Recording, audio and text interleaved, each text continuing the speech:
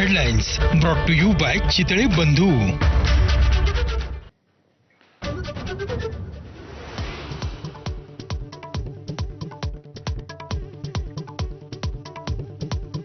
मनसेच्या गुढीपाडवा मेळाव्याकडे सर्वांचं लक्ष. महापालिका निवडणुकांसाठी राज ठाकरे कोणती घोषणा करणार याची उत्सुकता राज्यभरातले मनसैनिक शिवाजी पार्कच्या दिशेनं.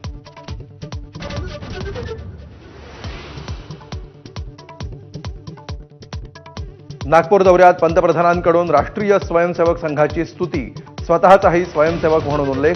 संघाच्या माधव नेत्रालयाची मोदींच्या हस्ते पायाभरणी.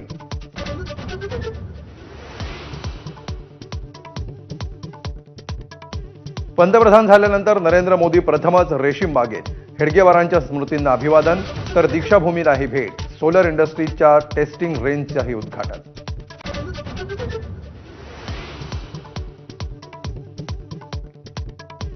छत्रपती शिवरायांचा अवमान करणाऱ्या प्रशांत कोरटकरची न्यायालयीन कोठडीत रवानगी. वकिलांकडून झालेल्या हल्ल्याच्या पार्श्वभूमीवर सुरक्षेत वाढ. जामिनावर 1 एप्रिलला सुनावणी.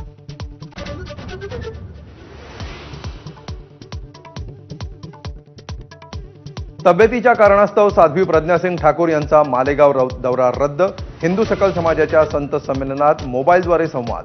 मुंबई संघटनांचा मुस्लिम संघटनांचा उपस्थितीला होता विरोध.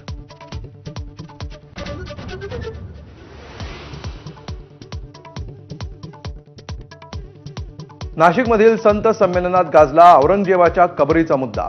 कबर हटवल्याशिवाय औरंगजेब मरणार नसल्याचं काहींचं मत, तर रायगडावरील वाघ्या कुत्र्याच्या मुद्द्यालाही हात.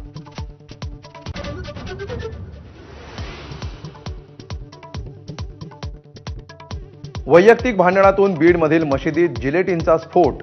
सुदैवानं कुणी जखमी नाही. आरोपीला बेड्या. स्फोटापूर्वीची माथे फिरून रील व्हायरल.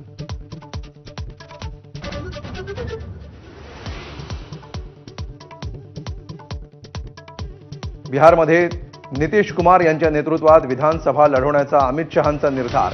पाटण्यात घोषणा. एनडीए पुन्हा जिंकेल, भाजपला विश्वास.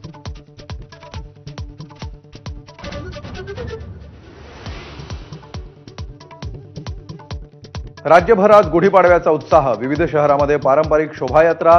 नाट्य सिने कलाकार आणि नेते मंडळींचाही सहभाग.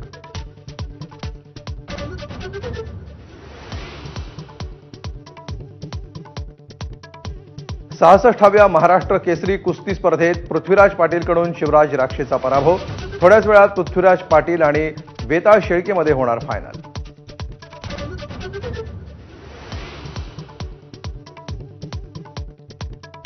छत्तीसगडमधल्या बिजापूर जिल्ह्यामध्ये 50 नक्षलवाद्यांचं समर्पण. 68 लाखांचं बक्षीस असलेल्या 13 माओवाद्यांचा समावेश.